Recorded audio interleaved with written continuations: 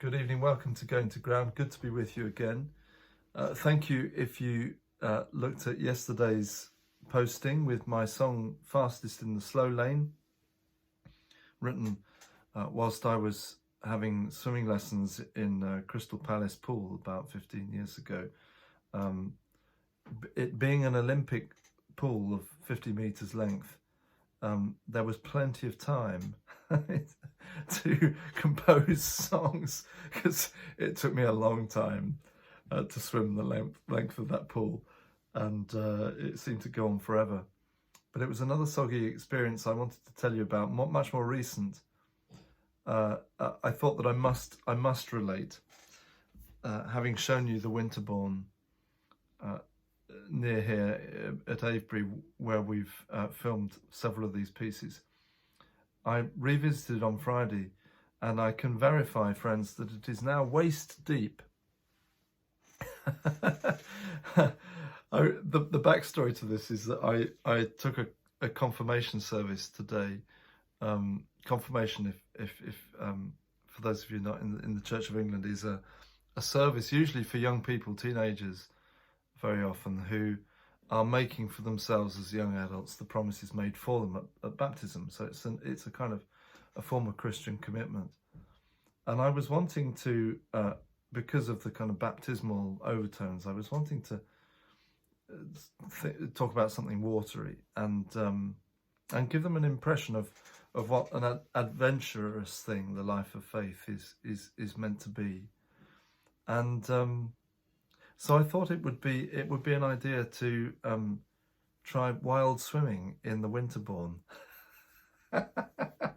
So I did, and on Friday morning, first thing, went for a run up that way, and took a flask of tea, which is my recommendation. I launched myself out into the Winterbourne, which just a couple of months ago was dry as a bone, and it was so exciting. This was at first light, about 7 in the morning, before first light actually, and freezing cold. I don't need to tell you, but actually very invigorating. And I've always fancied the idea of wild swimming. I didn't stay in for very long, 2 short trips. But it carries you along, and there's a sense of, along with the rush and the freezing embrace of the water, there's a sense of being carried along. It was entirely safe, friends, by the way, in case you're worried. It was only waist deep, and it wasn't a very strong current. It's rather like those rapids at Center Parcs and places like that, but with rather more brambles involved, as the scratches on my legs bear witness.